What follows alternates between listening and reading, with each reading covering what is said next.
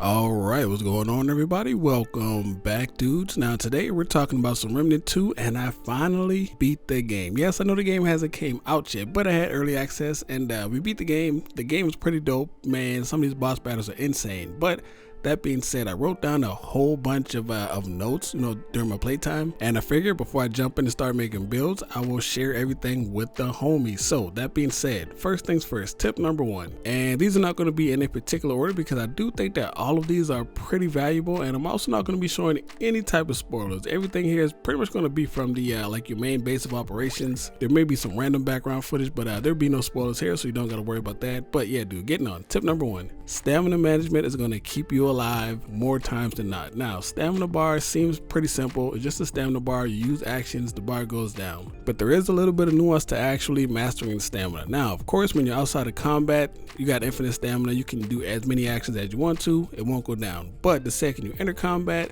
that's when you start getting attacks on your stamina bar. Now, one of the main things you're going to be doing, of course, is rolling out of the way, dodging, doing your neutral backdash. Now, the roll and the backdash, they both have really good iframes, but one thing that you really want to master is your neutral dodge. One, it uses less stamina than the actual dodge roll, and the recovery time is like way quicker. Now, of course, the normal dodge roll has its place. There are going to be some attacks that are better off, dodging vice backdashing. So the more you play the game, you're going to, understand enemy patterns. You're going to understand which attacks you need to, that you're able to neutral dodge or that you have to actually do the combat roll. So that is going to be something that you're going to have to learn. But if you can, master the neutral dodge. Don't be scared. If you see something coming, just tap that A button, backdash it, and get back to business. That's one of the biggest things I had to overcome with this game, is to not be afraid to neutral dodge. Now, staying on the topic of stamina management, one more thing that you have to look out for is when you're low on stamina. Of course, if you start sprinting, that's going to drain stamina. But if you ADS while your stamina is low, as long as you're aiming down sights, that's going to slow down your stamina regen. This gets me killed more times than I would like to admit because I kind of forget about it. But if your stamina is low, you kind of want to just start backpedaling, trying to get yourself out of danger, out of harm's way, just until you have just enough stamina to either roll out of the corner or, sprint away, whatever you need to do. And this is actually going to roll right into my next point, and that is to, manage your trait points well. Now, in Remnant 1, we pretty much had infinite trait points. So something like your stamina regen, max stamina, you could just dump all the points you wanted to in this. But in Remnant 2, you can only have 60 points to allot to skills. Now, you're going to be able to get 20 more from your, your archetype trees, whichever two that you have equipped. But as far as everything else goes, you only have 60 points to put wherever you want to. So I would highly suggest stamina and vigor. Those are the two that I would suggest leveling up first. Don't really worry about getting damage perks. Kind of try to focus on survivability. And as far as damage goes, you're going to get your damage from upgrading your weapon. So the trait points, be careful what you put your points into, because you can re-roll them a lot easier in this game, but you don't want to waste the materials because early on it's not that big a deal because you can kind of just play however you want to. But later on in the game, you don't want to waste valuable materials re-rolling your character when you could instead be using those to infuse your weapons, upgrade your weapons, get more damage that way. Yeah, dude, be careful the way you distribute your trait points. Focus on survivability, get your damage from your weapon mods and upgrading your weapons, and yeah, dudes, do it that way. Trust me, it'll be way easier and a lot less of a headache later on. Now, the next bullet point is pretty short and to the point. Now, if you're doing dungeons in this game and you see an item in the dungeon and you don't exactly know how to get it, the solution is inside of that dungeon. Sometimes it's a little tricky to get it, but you don't have to leave the dungeon and find something else. The solution is always inside of that dungeon.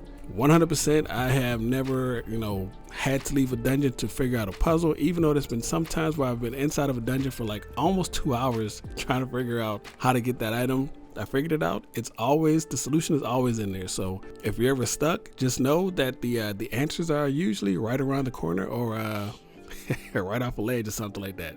And this actually falls right into our next two topics, and that is, look at your map and inspect the items inside of your inventory. I can't tell you how many times I've had to solve puzzles by just looking at the map and inspecting items in the inventory. Sometimes when you pick up a new item, you know, this is new to Remnant 2 as well. You know, kind of like Resident Evil 4 or the old Resident Evil games. You can pick up an item, you can inspect it.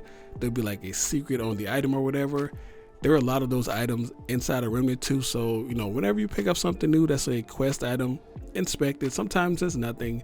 Sometimes reading the lore on the object will actually help you, and sometimes it'll just straight up give you solutions to puzzles. So if you're a person who just picks up items and never looks at them, yeah, this game absolutely makes you read sometimes. And another big thing about the map is that it shows you the power level of the area that you are in. So if you look at the top right on the map, it'll have a number there. That number is the strength of the enemies in that area, inside of that dungeon, on that level, wherever you are. Now, if you compare that to your own power level when you open up your inventory, if you're like 3 or 4 levels, you know, below the recommended power, yeah, you're probably gonna get smacked up. So, and there are some static areas in the game where the enemies levels don't change, so you have to upgrade your gear. And the way you make your power level go up is pretty much by leveling up your archetype class and leveling up your weapons. So the higher you get your weapons, the more power that you're gonna have. And you also want to work on leveling up your weapons evenly. You don't want to have just one plus 15 weapon and then your other weapons are like plus 5 or something like that. Get them all as high as you can, and that's going to push your power level up. Just also make sure that it's a weapon that you're using, so that way you because even if it's in your inventory, it's going to count as your power level, so be careful with that as well. And you never really want to be more than like 2 to 3 levels below the area that you're in, because you know you're just going to be doing way less damage. They're going to be doing way more damage, and you're definitely not going to be having a good time. And also, the map has a lot of information on it. Sometimes it'll show you items that you missed that you can go back and grab. And a good rule of thumb is if you go inside a dungeon, if you're on the map, you don't want to see any red on that map by the time you're done, because sometimes there will just be items off in the distance, just hidden behind a random corner. So if you're doing a dungeon, make sure that you solve the puzzle inside that dungeon. Make sure that you clear out all the red areas, you know, have the entire map opened up, because there's usually items just hidden, you know, in random spots. And the game absolutely rewards people who like exploring. More times than not, you're going to find something good. So that is absolutely a-okay in my book. Now, the last thing I want to talk about is something that is really important in this game, dude. And it's something that I kind of still struggle with, and that is using items, dude. I swear. I have so many items in my inventory, but dude, these items are really, really powerful. You should absolutely be using them. Some of these items are special. They help with, you know, certain battles. I don't want to spoil anything, but some of these items are really, really potent, dude. Now, especially something that you absolutely should be doing is going to Mudtooth and buying tonics. These tonics are super powerful. The one I usually buy is just the speed tonic, because, you know, speed is really good in this game. But dude, all these items are they're really, really good, and they're not that expensive to buy, and they also just kind of elevate your builds, dude. Just kind of elevate whatever you're doing, and they last for 60 minutes. So if you only have like 2 hours to sit down and play, buy yourself a tonic every time you go back to town, or just buy 2, you know, right when you start your session. That'll last for 2 whole hours.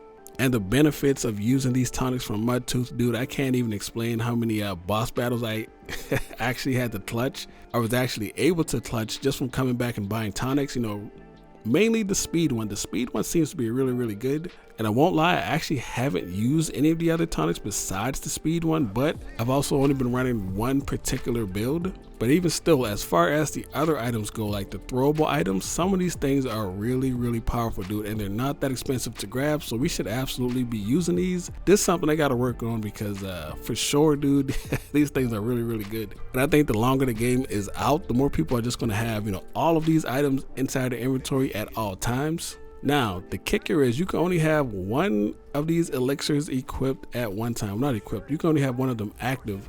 There is a ring that allows you to have 2, and there's also, I don't want to spoil anything, but there's also some other ways to get bigger benefits from these tonics. I'm not going to spoil it here, but yeah, look into that if you would like to, or just ask me in the comments down below. And eventually everything will come out anyway, so it's not really too big of a deal. But if you're having any type of trouble with boss fights, make sure that you read these items, because sometimes the answer is literally right there underneath your noses, man. And on that note, this is the last thing. I just thought of this just now. Your character's body weight, or the armor weight, I should say. there's going to be times where you need to dodge attacks. The light dodge is really good, and there's some enemies in the game, if you don't have a light dodge and you try to dodge away, they're going to smack you up. I want to, just put a PSA out there, but I don't want to spoil anything. But I will say, if you come across I'm actually going to put a video out on this boss probably in the next couple days, but if you fight a certain couple bosses, if you don't have light armor, if you're not able to roll away from them, they're gonna smack you up. I mean, the dodges don't even work because their attack patterns are just so fast. Light armor is the only way to go.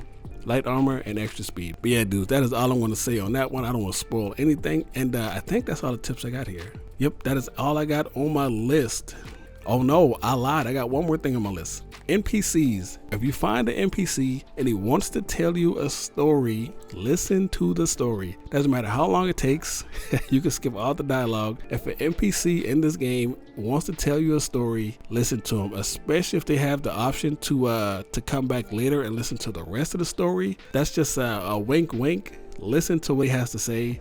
Listen to all of it, and you may or may not get a reward, but I'm just saying, listen to the listen to NPC stories.